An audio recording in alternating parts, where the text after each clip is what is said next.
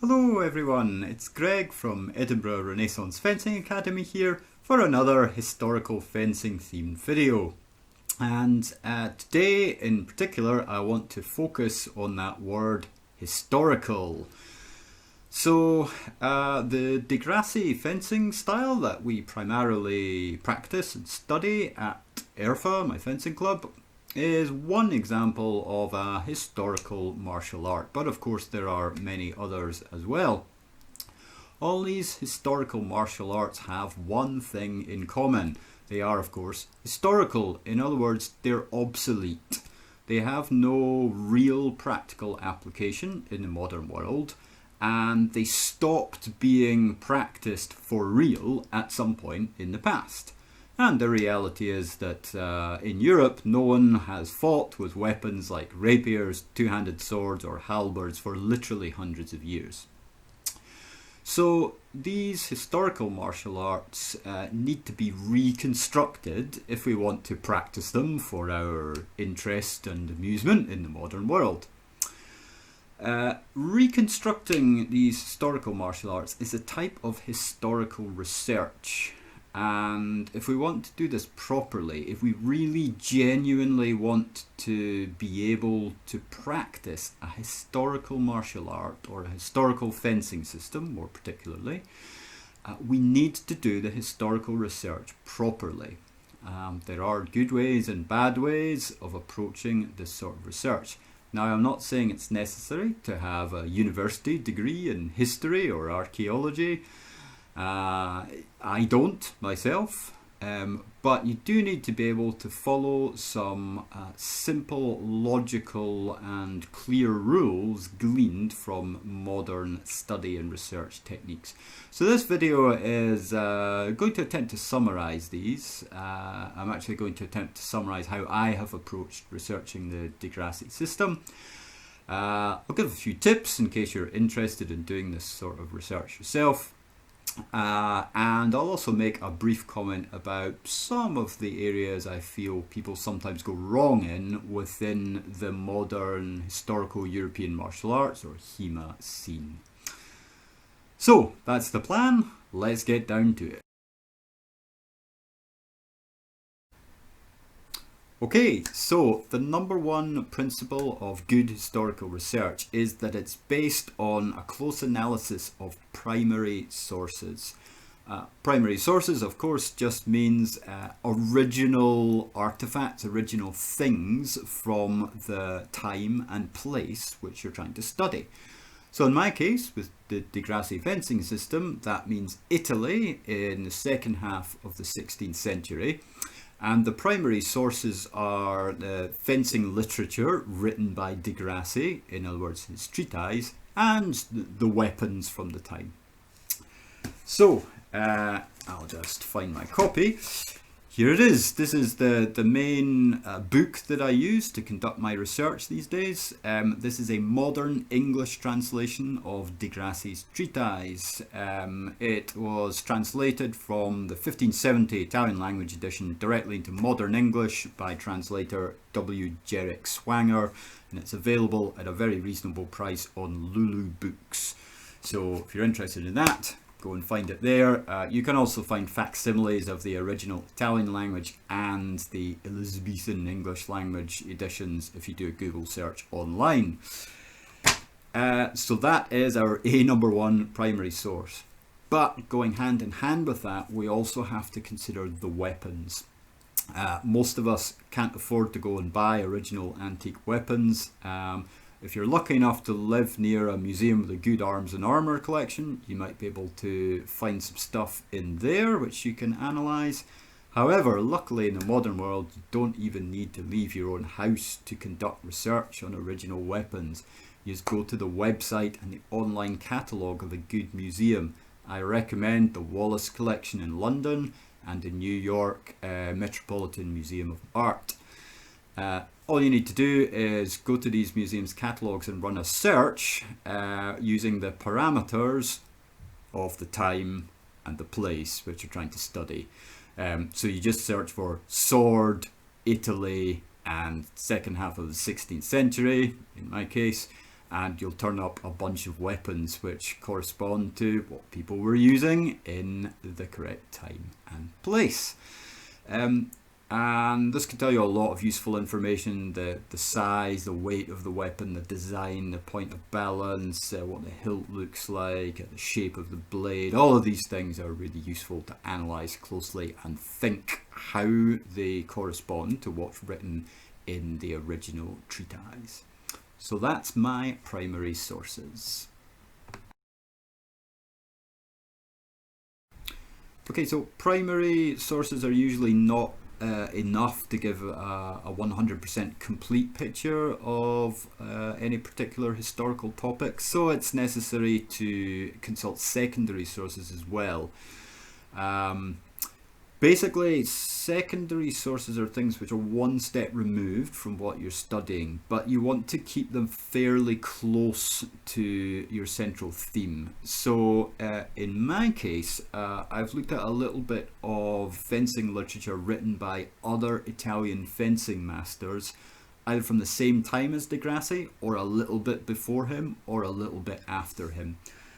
So for example, the earlier treatise of Achille Marozzo from the 1530s, so I can kind of see maybe the ideas that Di Grassi was developing his system from. And then in this sort of antique volume here, there's a copy of Vincenzio Saviolo's 1595 treatise. That's somebody who's contemporary or just after Di Grassi. So that also makes for an interesting analysis. Other useful secondary material would be portraits, artworks, sometimes sculptures as well.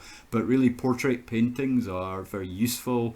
You can see who was carrying the swords, and you can see other aspects of sword design present there, and you can deduce a little bit of the kind of cultural and social contexts that these weapons were being used in, so that's really useful as well. I'll include an example 16th century portrait here.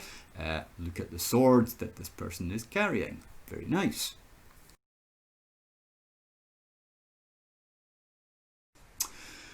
Try to avoid using secondary sources which are too distant from your target. So that could be too distant in time. So if I looked at an Italian fencing treatise from 1680, 1700, it's too far away from Di Grassi. The fencing style will have changed by then, the weapons will probably have changed, so it's not really that relevant. Also, don't draw too heavily on other cultures. So you could look at 16th century Spanish fencing or 16th century German fencing and find, in fact, that rapiers are being used, two-handed swords are being used, and so on. But does this help us understand what the Italian system was at the time? Not so much, to be honest. It's difficult to extrapolate stuff from these foreign sources. So good secondary sources are still close to the target, just before or just after the time period, and preferably from the same geographical area. So that's my take on secondary sources for Di Grassi. Okay, so once you've got your small number of primary sources and your slightly larger number of secondary sources, you're good to go. You can start interpreting your historical fencing system. And then there are years ahead of you to work on it. That's the reality. To go from the theory, from the treatises and the theoretical statistical measurements of swords and so on, to an actual workable practical martial arts system takes a lot of work and a lot of time. And in fact, realistically, it's a project which you will never completely finish, because it's never possible to 100% completely understand a historical thing from hundreds of years ago. However, if you approach it methodically, step by step, and take a kind of scientific, rational approach to your research and to your experiments, then you can make good progress indeed and come up with something which is practical and which looks pretty close to what the original guys were doing as far as we can tell. But you have to approach it with a really analytical mindset and be as objective as possible. So you take all your theories from the book and the weapon analysis, you go and walk through them, then you start putting a bit more pressure on yourself. So do these things work fast? Do they work against an opponent? Do they work against an opponent who's doing crazy improvised stuff? And you'll find lots of problems. Then you go back to the books, you check them again, you come up with a new theory, you try it again, you get advice from your peers. This is important, peer review. And then you come up with something which is a good working solution, but it will always be a work in progress. So my interpretation of Degrassi, I always say this to my students, is a work in progress. I'm still researching it, I'm still tweaking it, and I'll probably not be done with that for a long time, if ever. So yeah, that's the reality of doing historical research. So if you're a student of historical fencing, and you go along to a class, think about these things. So your instructor or whoever's done the research for a club will have spent a lot of time and effort and maybe money as well researching all this stuff so that you can participate in it. So that's always worth remembering and acknowledging as well. So yeah, that's the practical aspects of interpreting. Now I'm going to turn my attention to problems.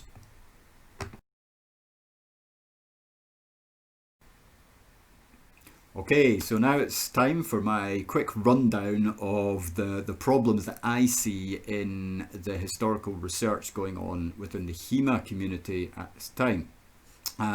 So the number one pet peeve of mine is actually just a lack of sources. There are a lot of people who don't really quote their sources at all, or quote them in a really vague way, saying, oh yeah, I study Italian rapier or German longsword or whatever. That covers a whole multitude of things. What is it actually you're studying? What's the basis for what you're doing? So yeah, quote your sources, because if you don't, I mean, that might just be absent-mindedness or laziness, but it might also indicate a bigger problem. It might indicate that there aren't any sources and it's just somebody's personal theory about what swordsmanship is. That's not historical research.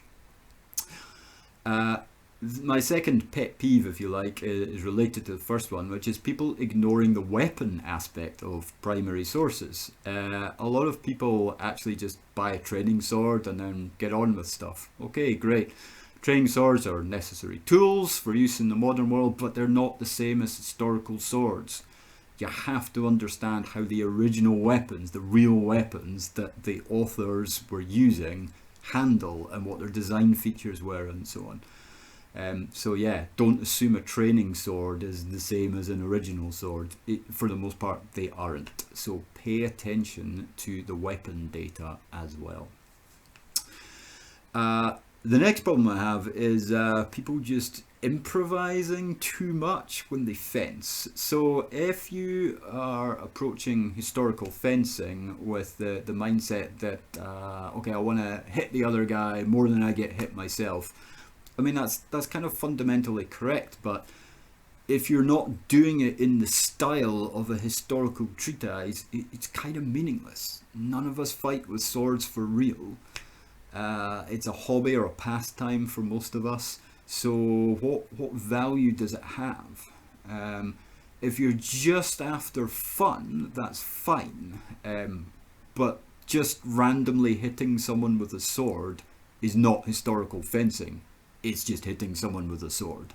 If you want to do that, that's great, but don't call it historical fencing and don't call it historical European martial arts. It's something else. Okay, it's a modern hobby activity, bashing each other with swords. Fine, but it's not historical. You need to be able to justify the techniques and the tactics you're using from historical sources if you want to call it historical martial arts, historical fencing, whatever. Okay. Yeah, so I would say those are probably the main issues I see within the current HEMA scene. But if you keep referring back to historical sources, or you keep asking your instructor for what the historical sources are, this will keep you on the straight and narrow, and then you can truly say that you are studying a historical fighting style. So there you go, that brings me to the end of today's video presentation. I hope you found it interesting. Yeah, if you're conducting research yourself, good luck with it all, and do try to be a good historian. Thank you for your time. See you next time. Bye.